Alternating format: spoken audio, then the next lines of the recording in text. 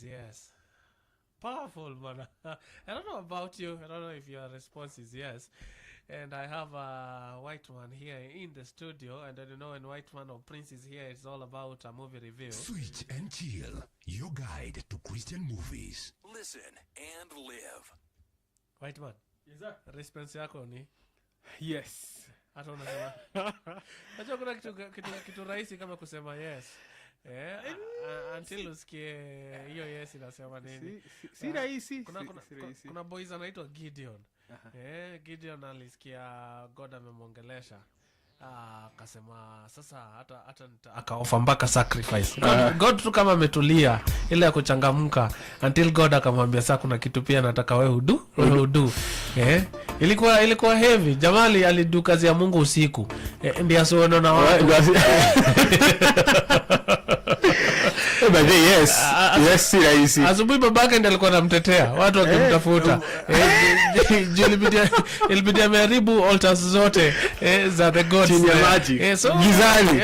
Wakati unaongea na God, Mungu mimi nitakupatia. Mungu nipatie tu wewe tithe mistawaigo. Mungu sitachelewesha tithe. Mungu unajua mimi ukiniokolea tu mtoi. Haki. Mungu anasikia, anakuangalia tu. Alafu is like you know I have to do this, but since you are doing it, twende tu. Umesema? Sawa tu. Then inafika hiyo part yako ya kuduza. Unachomeka. Unasema msi. Respond na kwa very logical. Unajua God you are gonna understand. God will understand. I have a high priest who understands. Manze. Sema kumisi scripture. Kufit story yako, fit narrative. Tunaambiwa to personalize scripture. For us to live scripture. Lakini tumeipersonalize, tumeconfuse kupersonalize na kuitumia kama excuse. Wasikianga mimi na wako kwangu hivi. Kama hii wako kwako hivi shauri yako. Unajogola aliniambia na he loves me the way I am. Ukasahau patia waki faith with fear and trembling. Because God manzi anatupenda. God is a loving God. He is also sovereign. Ndio hiyo. So ni mama akirudi tena itakuwa malavidavi. True, kama hii statement tunasema don't judge me, only God can judge me. Bro, atakam. When he does that usia kuna na grace your time. Ndio hiyo. Atakam na fimbo na itakuwa time ya hauna lawyer wa kukutetea. Ni kusoma. Yeye ndio lawyer. So umekosea lawyer. Who will plead your case? So be very careful. There's a graduation here. Jamana graduate kutoka pale Pwani University. And this is from Maria. Anasema congratulations to him and my parents are proud of us having two graduates in the same year manze. Hii keja imeona Mungu. Mama yake akisimama pale mbele ya kanisa. Unajua kuna mama wakisimama pale mbele ya kanisa. Wachana na akilia wachana. Kuna mbele hata saa hizi nikienda home kuna places yenda gina madhe. Ataambiwa aseme kitu anze hata nimekuja na karasiboni wangu. Ule anakuwa kwa radio. Pata salimiane kidogo. Kama salimia watu. Akili kimuona vile yako hivi. Testimony. Ukimaliza kuongea. Huyu ndio nilikuwa nawaambia alikuwa anapigaga kila siku. Huyo ndio nilikuwa tukipigia maombi. Juja tani alikuwa ameshika. Na muenda tu mahali msema mama moja niko drop chama nikongoje. Makosa. Namba ingia tu kunywa chai. Hii ni huduma exhibit A. Kaisha kwa mother hapo saa chama. Alafu atasema na hata nyinyi mko na watoto wanasoma media, huyu ndiye anaajiri watu kazi.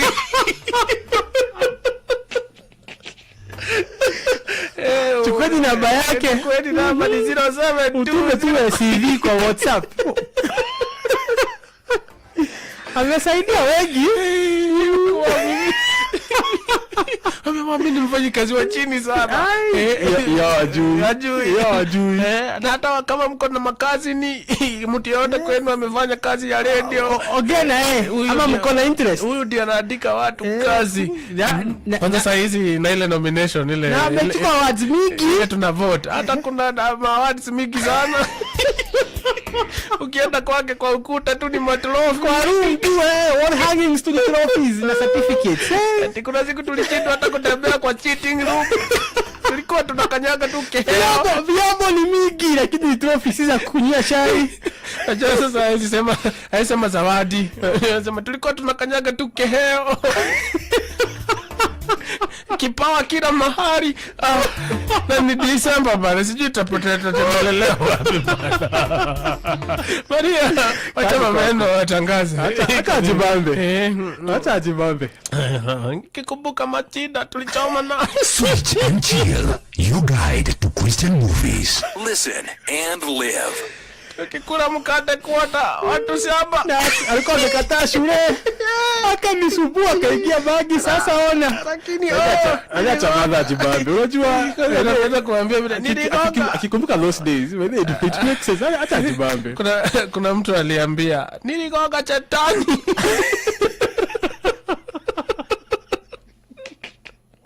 Nilimwambia chetani aliingia kijana wangu nikamgonga. Niligonga chetani mpaka nikahurumia kijana wangu, lakini nikakumbuka ni chetani nimegonga, nikagonga tena. Sasa alikuwa anakuua bwana, alikuwa anakumalizia akisema ni chetani. Hiyo ilikuwa noma. Na sasa hata chetani kiona huyu iweje karibu. Wait man. Maria, wacha mimi watangaze. Congratulations to your brother. Well bro, business imetuleta hapa. Ni movie review. Ni testimony pia.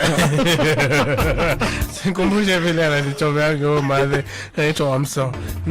Acha jibambe. Tujua aje tuangalie hii movie. Unaendelea tu kunikumbusha. Acha nikupe story ya mwisho.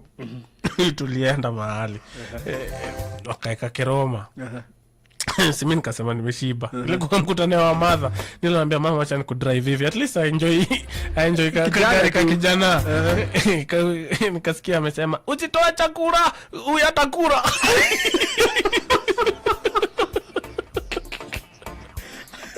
Uchirudije. Lazima utakula bado. Lazima atakula. Asikudanganye, huyu anakulaga sana. Ilibidi nikule jo.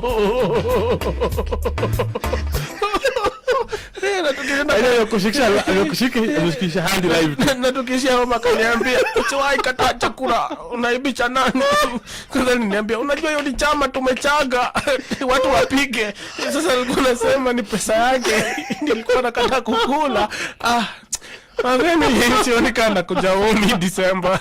Mr. Kimambo. Switch and chill, your guide to Christian movies. Listen and live. Kadi chakula ya mama. Mr. Kimambo. LIFEMARK ndio movie tunaangalia. Kadi chakula ya mama. Wewe acha wewe. Kula. Hii movie umewatch. LIFEMARK. So the movie review we are doing this week is titled LIFEMARK. LIFEMARK imeshikana. And this is a 2022 American Christian drama film. Sasa white man. And we are live here with white man. Sijui kama unatupata. But naona nikaa tuko live. White man, hebu tell us something about this movie bana. LIFEMARK is a very interesting movie. The major theme is adoption. So it's about the story of this guy, but it's based on a true story. The guy is called David, and so David grows up akijua kwa adopted. So the story starts kama shajijua. He's already old enough to understand what's happening. Then events unfold, and he's interested. He wants to meet his birth mother, his actual biological mom. And that was kind of kitambo kidogo. Then when he grows up, he's not that much interested, but the mom is now the one reaching out. So it has a domino effect. How they end up meeting and the story behind behind what we see, the adoption bit, is what really intrigued me. There is this guy who most of the time to an adoption we usually look at it from one side, but ikitu kumbe kuna very many angles.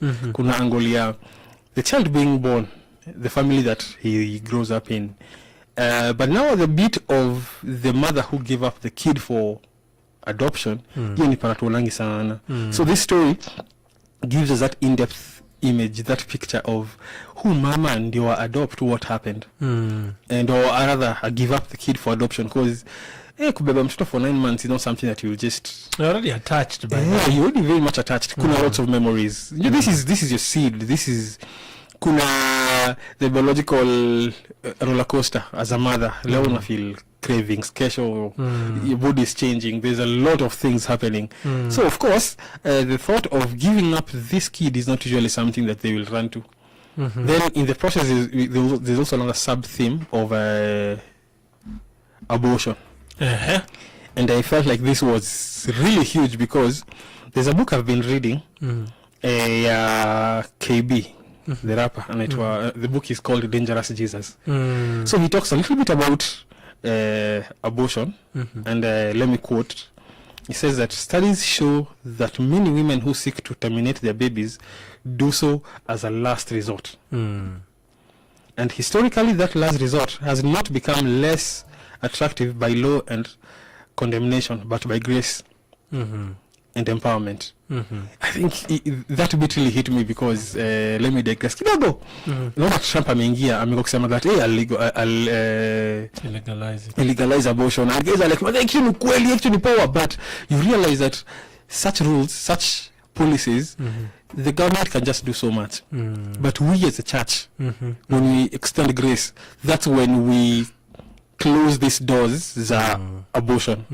Because abortion is not, as we've read, is not the first resort. Si kitu ati I'm pregnant, yay! It's usually if I keep, what happens? My folks, my education, the society. There's all these things that come into play, and for you to now say that, but they also think siwezi, let me just abort. It's usually umepushiwa to the very last point. But I digress. Let me get back to adoption. Adoption for me is usually so serious a thing because for the Bible there are 3 types of sons. Jenny, although this you takuta confirm na bishop. There are 3 types of sons. There is ukiona email after hapa nijue bishop 3 types of sons, sons of God. The first one is the begotten son, watu ni moja, Jesus. Then there's the created sons of God, that is the angels, the ones who are parading themselves in the book of Job. Then the third group is the adopted. Colossians chapter 1 verse I think 13 there. You say that I read, he has delivered us from the power of darkness and conveyed us into the kingdom of the Son of his love. Some versions inasema and adopted us. So we are adopted because we were born sinners, we were heading to hell. Then Christ akakuwa yeye ndio anatuadopt, and now we are his, anakuwa sana nika bro wetu. We can now approach the Father through our firstborn, who is Christ.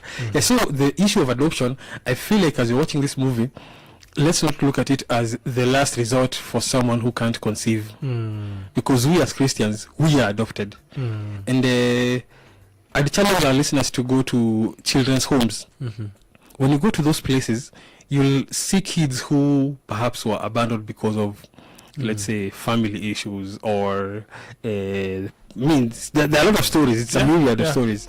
But if you look at that kid and just decide to love on them, you will be doing what we have been done to by Christ. Wow. Just taking that kid to say, I will give you my name. I will provide for you.